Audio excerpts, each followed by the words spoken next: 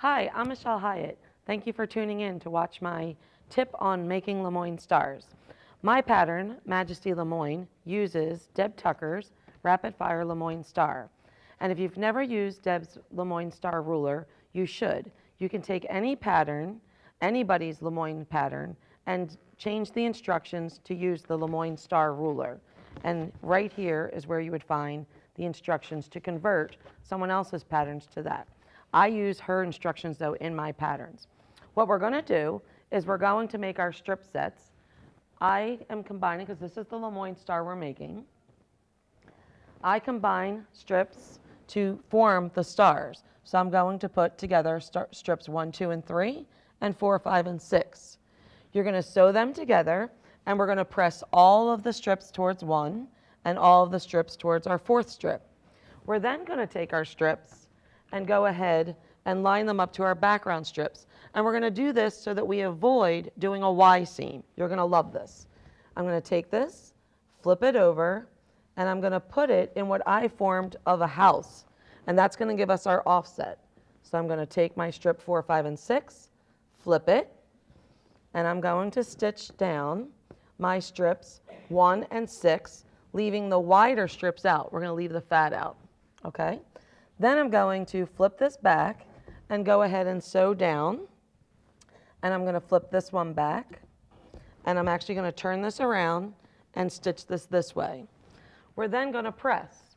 So on this side, which is my A side, so my 1, 2, and 3 is going to become my A side. I'm going to set my seam, finger press, and press towards the background strip. And then on the B side, I'm going to set my seam, finger press, and press my B side. Once I have these made, I'm then going to do my subcuts. We're going to lay these down. We're going to put our strip sets on top of each other so that they're occupying the same space. We're going to nest our seams. I'm then going to take my LeMoyne Star ruler and line up the stitch line that's on her LeMoyne Star ruler with the stitch line that's on my strip sets. I will then take another long ruler and lay it next to it.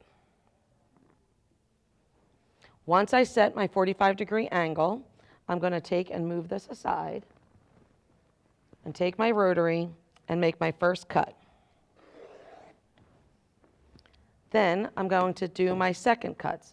The second cut is always based off of how wide this strip is. This strip is now 2 3/4, so I'm going to cut at 2 3/4.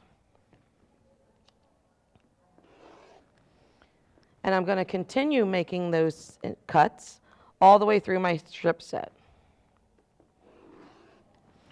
Once I get those cut, I'm going to make my second cuts. So I'm going to fold this. We can save that for our oh shucks bag in case we have any problems. We're then going to line up a ruler with the top of our strip to create a 90-degree angle, and I'm going to move it over until it hits the tip of the strip. And I'm going to make my next cut. I'm going to look at this like it's a butterfly wing, and I'm going to open it up and take what I just cut and put them on the tips of my wings. I'm then going to see it, flip it, and stitch it, and the same for the other side. And I'm going to wind up with 2 sides that look like this. So I now have my A and my B.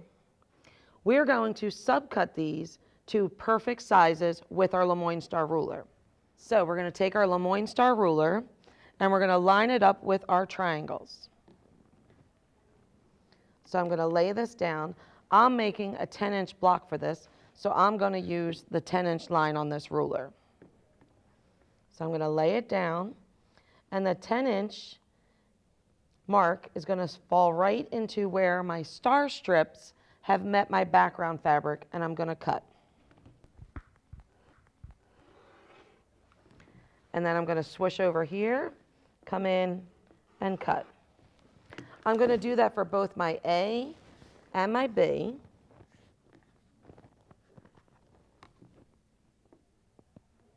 Lining it up, And you really want to put this around the 2 o'clock point. Come up the right side, swish your tush over, come in about an inch in, roll back, and go forward. That way it'll prevent you from nicking your rotary blade. So now you end up with 2 perfectly sized points. You're going to flip, see them, flip them, and if you follow the pressing instructions, they're all going to nest. So you can go ahead and nest and pin, nest and pin, and nest and pin. When you go ahead and press those, you are going to end up with a quarter. Everything fits in nice and neat. We're then going to trim our dog ears. And you would match that up with another unit.